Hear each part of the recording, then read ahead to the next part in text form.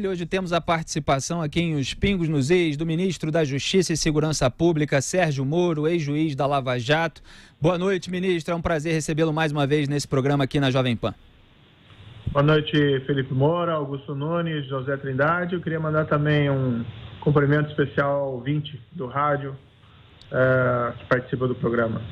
Maravilha, muito obrigado pela sua participação. Eu sei que a agenda está apertada. Hoje houve o lançamento da campanha publicitária a favor do pacote anticrime enviado pelo senhor, pela sua pasta, para o Congresso Nacional. Houve aquele grupo de trabalho criado pelo Rodrigo Maia, que já analisou vários itens. Esse é o gancho, evidentemente, da nossa entrevista aqui hoje. Mas é claro que o pacote anticrime vem para fortalecer, na sua intenção, um trabalho que já vem sendo feito pelo senhor. E o senhor, outro dia, no Twitter, deu uma no caem em todo o país e escreveu, adivinhe. Então, até para fazer um balanço da sua gestão até aqui, eu queria que o senhor realmente respondesse essa questão que o senhor colocou. Por que os crimes caem em todo o país? Olha, até hoje saiu um dado, uma reportagem de que nos 7 primeiros meses do ano foram 22% a menos de assassinatos em comparação com o mesmo período do ano anterior. Isso em números significa 7.109 pessoas que não fizeram. É um trabalho, longe de mim querer assumir o mérito, os governos estaduais estão fazendo um bom trabalho, estão mais incisivos contra a violência, mas é evidente que o governo federal também tem participação, até porque esses números caem no país inteiro. Né? Então, essa homogeneidade é sinal de que existe uma ação de cunho nacional. O que tem sido feito? Isolamento dessas lideranças criminosas, um discurso que, olha, essas organizações criminosas não vão ser mais toleradas, no sentido, não vai haver uma política de acomodação, o Estado vai trabalhar para desmantelá-las. Recordes de apreensão, por exemplo, de cocaína. Nós intensificamos também a nossa política de destruição de plantações de drogas nos países vizinhos, especialmente plantações de maconha no Paraguai. A Polícia Federal também bate recordes aí no que se refere a sequestro de bens de criminosos, que é uma maneira eficiente de combater essas organizações criminosas. E boa parte dessa criminalidade violenta está vinculada a essa criminalidade organizada.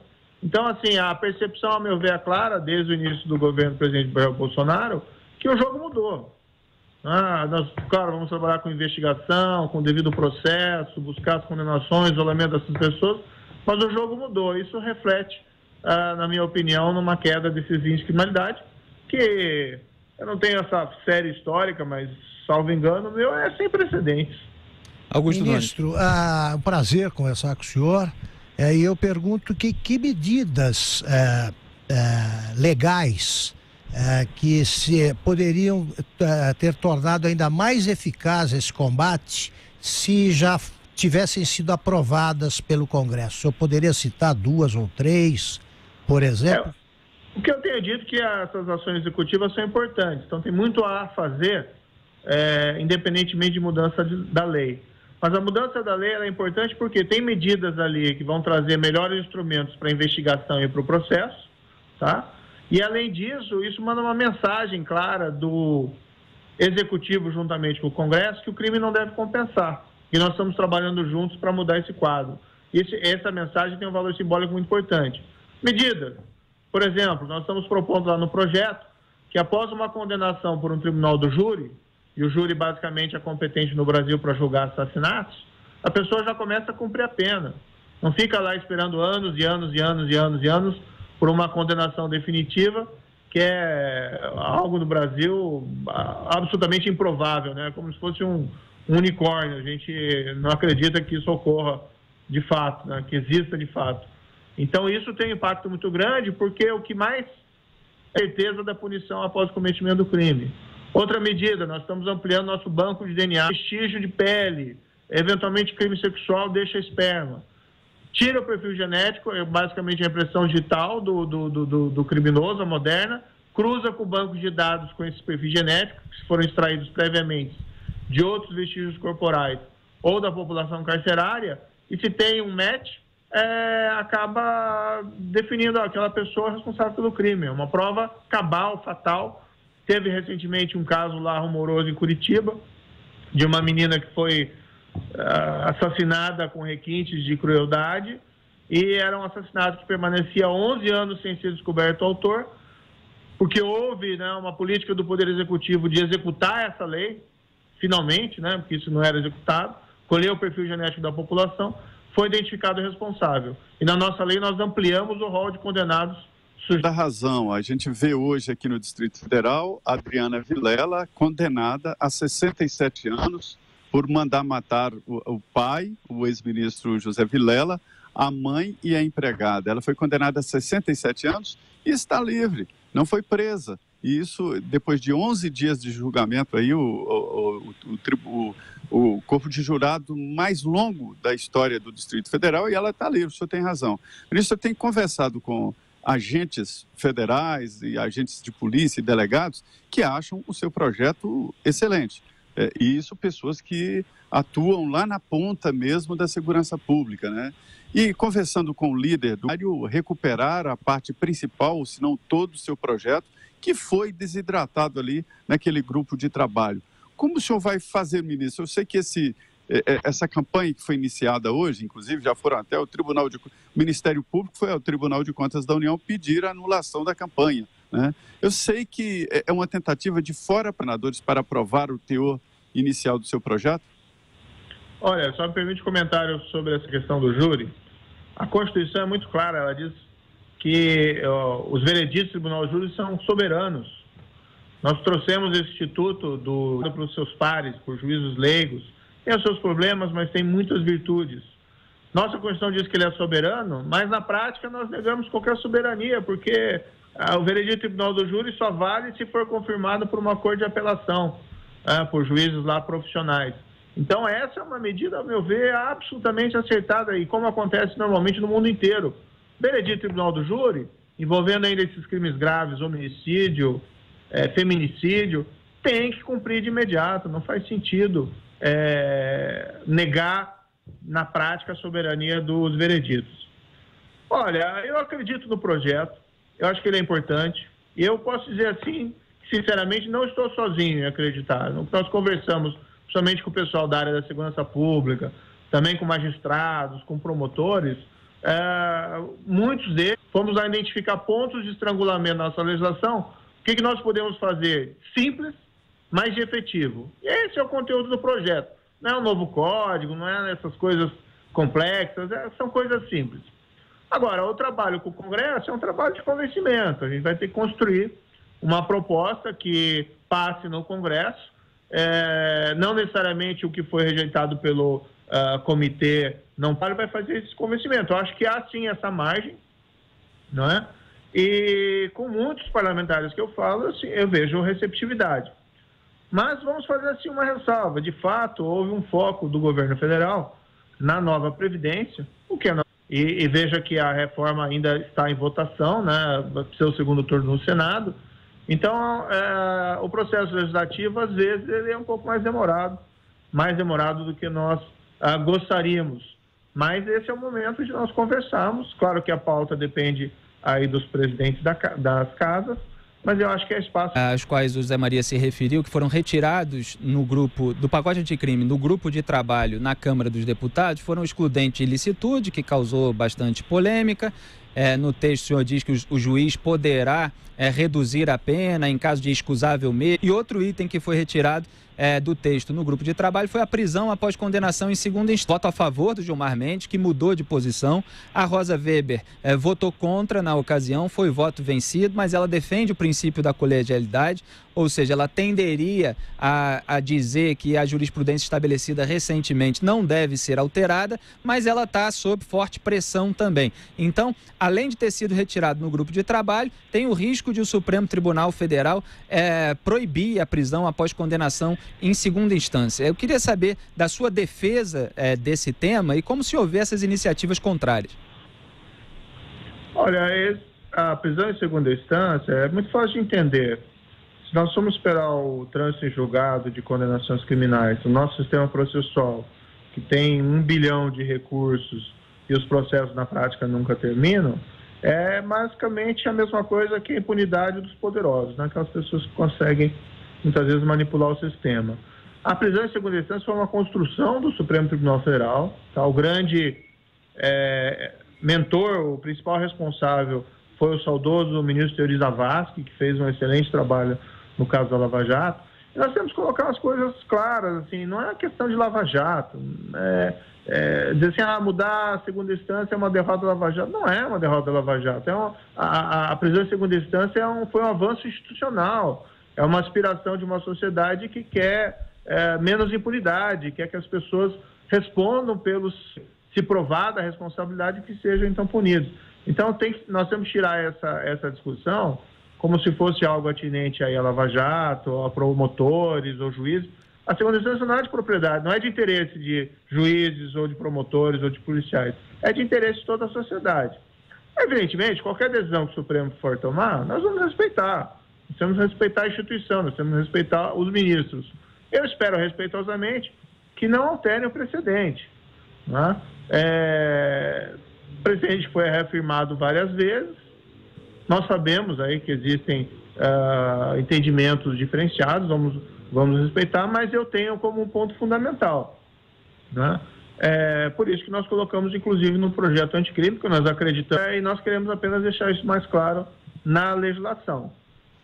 Se tiver um caso que alguém é condenado em segunda instância e, olha, tem um recurso plausível de que a decisão pode ser reformada, o Tribunal Superior concede lá uma liminar, um efeito suspensivo no habeas corpus, para dar excepcionalmente a um caso, para que se espere até a última instância. Mas é um erro, a meu ver, tratar isso como uma regra. Seria uma pena se o entendimento for revertido. De todo modo, como eu disse, respeito às instituições, respeitaremos qualquer decisão. Ministro, o senhor mencionou na primeira que criaram áreas de exclusão no Brasil, né, como cadeias, fronteiras. Eu pergunto, o senhor já está, na Operação Lava Jato, sendo usada a colaboração, né, com a Justiça no desmonte de organizações criminosas como o PCC e outras? Olha, esporadicamente isso é utilizado, mas a grande dificuldade é o grande poder de intimidação e de violência utilizar esses delatores, esses arrependidos contra o crime organizado. Nós temos que ter bem presente a nossa capacidade de proteção de delatores que também não têm grandes recursos financeiros. Tem um exemplo que é bem interessante. E o grau de risco da delação dele foi tão grande, foram condenados mais de 300 mafiosos com base no depoimento dele, em outras provas, com base nas revelações que ele fez, que ele foi morar nos Estados Unidos, né, com a família, foi transferido, com todos os recursos necessários. Então nós temos que evoluir nessa área, mas há alguma dificuldade por conta desse risco. Que o Brasil precisa ter um sistema de proteção à testemunha mais eficiente, né? É isso que o senhor está se referindo. Exatamente. Agora a gente tem uma proposta no projeto anticrime que eu acho que tem um grande potencial para desmantelamento dessas organizações criminosas. Nós estamos lá tentando regular melhor a atuação do agente policial disfarçado, que é um agente policial que, agindo mediante disfarce, por exemplo, participa de uma compra de drogas, participa de uma compra de armas, participa de uma operação de lavagem de dinheiro. Isso a gente vê em filmes, não é? Mas isso, no fundo, é realidade prática, pelo menos em alguns países.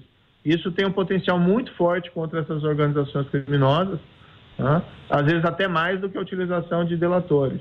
Esse é um ponto importante, a meu ver. As divulgações aí dos dados roubados, dos celulares aí, eu costumo dizer, muita gente em debate, a Lava Jato. Você acha que a Lava Jato foi nos limites, ultrapassou em alguns momentos? Lembrando que a Lava Jato enfrentava adversários, inimigos poderosos, presidentes da República, presidentes de Câmara, Senado e de partidos políticos. Houve um momento que o senhor andou ali no fio da navalha ou forçou mesmo para... Às vezes difamações, que se quer dar uma conotação política, um roubo, né? Um crime, e as pessoas muitas vezes querem utilizar isso.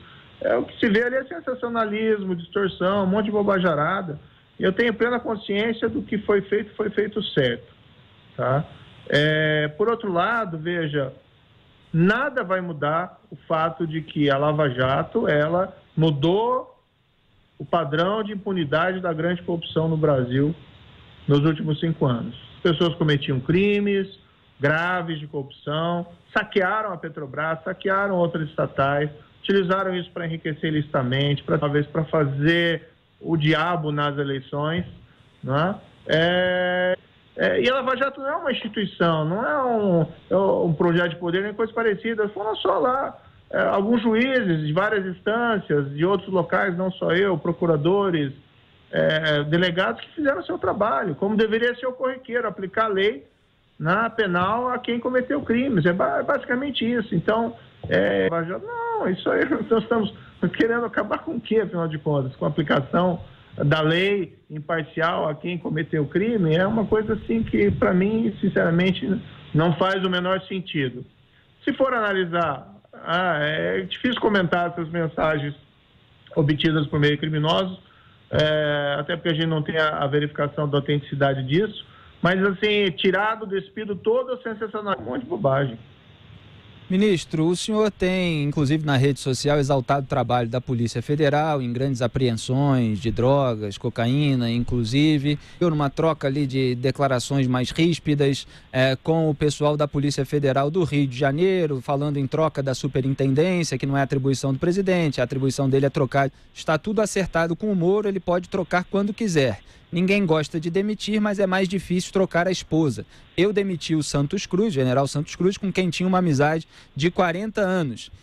E ainda continuou o presidente. O motivo foi a troca de 11 de que havia pedido ou autorizado, de alguma forma, a troca do diretor-geral Maurício Valeixo. Ele continuou no cargo. Eu pergunto, qual é a importância dele e qual foi a sua atuação? Porque parece que houve muito ruído nesse embate, inclusive uma denúncia que parece que o senhor mandou investigar, que teria sido forjada. Então, qual foi a sua atuação para resolver esse problema? Olha, nós conversamos muito com o presidente, o relacionamento com o presidente é ótimo, a gente vê cada coisa, às vezes na imprensa, intrigas e tal, etc. Mas o presidente tem uma boa relação, uma ótima relação com a Polícia Federal, o presidente é uma pessoa que respeita as instituições, né? O que houve ali foram alguns ruídos e tal, etc., e muito motivado por uma fraude, né? Eu até provoquei lá o nome de uma pessoa ligada ao presidente numa investigação, e digo assim, de maneira fraudulenta mesmo, e com o objetivo de, federal sei lá, gerar intriga. Isso foi absolutamente já equacionado, relacionado.